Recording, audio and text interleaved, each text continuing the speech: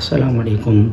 حضرت صعصع بن ناجیہ رضی اللہ تعالیٰ عنہ آپ کے ایمان لانے کا ایک ایمان افروز واقعہ ہے۔ آپ جب مسلمان ہوئے بارگاہ رسالت صلی اللہ علیہ وسلم میں حاضر ہوئے، فرمایا یا رسول اللہ صلی اللہ علیہ وسلم، کیا زمانہ جاہلیت میں کی جانے والی نیکی اللہ کی بارگاہ میں مقبول ہے؟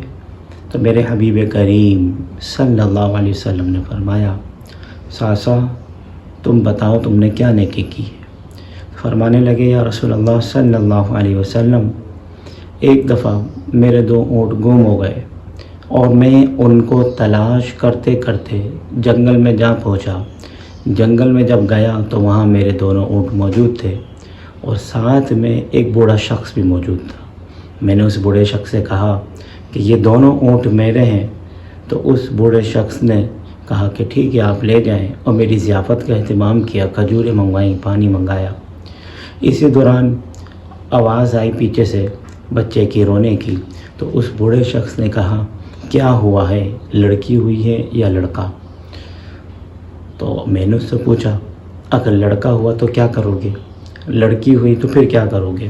تو اس بوڑھے شخص نے کہا اگر لڑکا ہوا تو ہماری قبیلے کی شان بڑھائے گا، اور اگر لڑکی ہوئی تو میں اس کو اپنے ہاتھوں سے دفن کر دوں گا۔ عزیزان محترم، جب بوڑھے شخص سے پوچھا گیا کہ بتاؤ کیا ہوئی ہے، تو اس کو خبر دی گئی کہ لڑکی ہوئی ہے۔ تو حضرت صعصع فرماتے ہیں کہ یا رسول اللہ، میں نے اس شخص سے کہا کہ تم اس کو واقعی میں زندہ دفن کر دو گے، مار دو گے؟ اس نے کہا ہاں میں اس کو مار دوں گا۔ تو صعصع فرماتے ہیں رضی اللہ تعالیٰ عنہ کہ تم ایک کام کرو، اس بچی کو مجھے دے دو، ساتھ میں یہ 2 اونٹ جو ہیں اس کو بھی لے لو۔ تو اس بوڑھے شخص نے کہا کہ نہیں، یہ 2 اونٹ تو ہیں ہی، اس کے ساتھ ساتھ جو تیسرے اونٹ پر، جو عالی شان اونٹ پر تم سوار ہو کر آئے ہو، اس کو بھی مجھے دے دو۔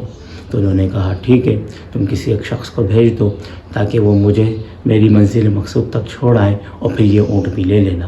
تو حضرت صعصع فرماتے ہیں یا رسول اللہ، میں اس بچی کو لے کر آ گیا، میں نے اپنی کنیز کو وہ بچی دی۔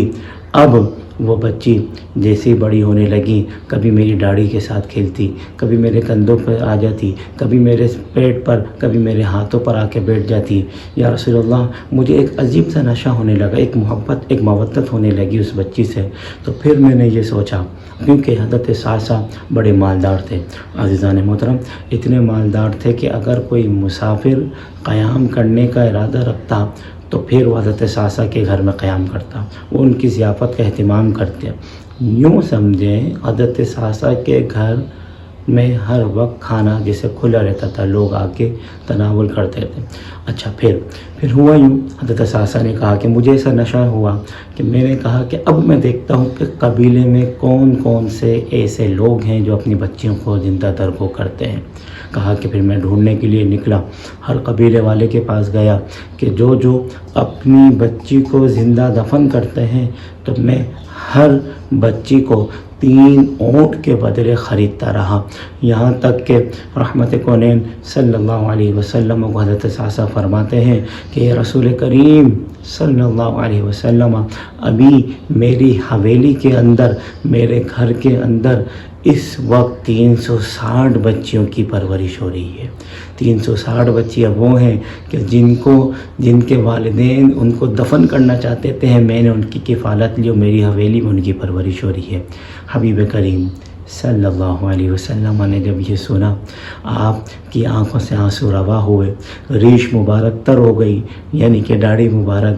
آپ اٹھے، حضرت صعصع کو گلے سے لگایا اور آپ کا ماتھے کو چوما اور کہا کہ اے صعصع، یہ تمہاری ان نیکیوں کا اجر ہی ہے، رب کریم نے تمہیں ایمان کی دولت سے مالا مال فرمایا، میرے رب نے تمہیں مسلمان کیا، یہ ایمان کی دولت ہی ہے کہ جس کی وجہ سے تمہیں کلمہ شہادت، کلمہ طیبہ نصیب ہوا۔ عزیزان محترم، اور پھر حبیب کریم صلی اللہ علیہ وسلم نے فرمایا میں تم سے وعدہ کرتا ہوں رب کریم قیامت کے دن تمہیں بے شمار خزانے عطا فرمائے گا۔ اللہ اکبر۔ عزیزان محترم، دیکھا کہ جس کے یہاں لڑکیاں پیدا ہوں وہ باعث برکت ہوتی ہے، باعث رحمت ہوتی ہے، اسی لیے حبیب کریم صلی اللہ علیہ وسلم نے ایک لڑکیوں کی، ایک بچی کی اہمیت کو اجاگر کیا، اور یہی آج ہم نے اس کو بھی اجاگر کرنا ہے۔ رب کریم کی بارگاہ میں دعا ہے، رب کریم ہمیں اپنے بچوں سے محبت کرنے کی توفیق عطا فرمائے۔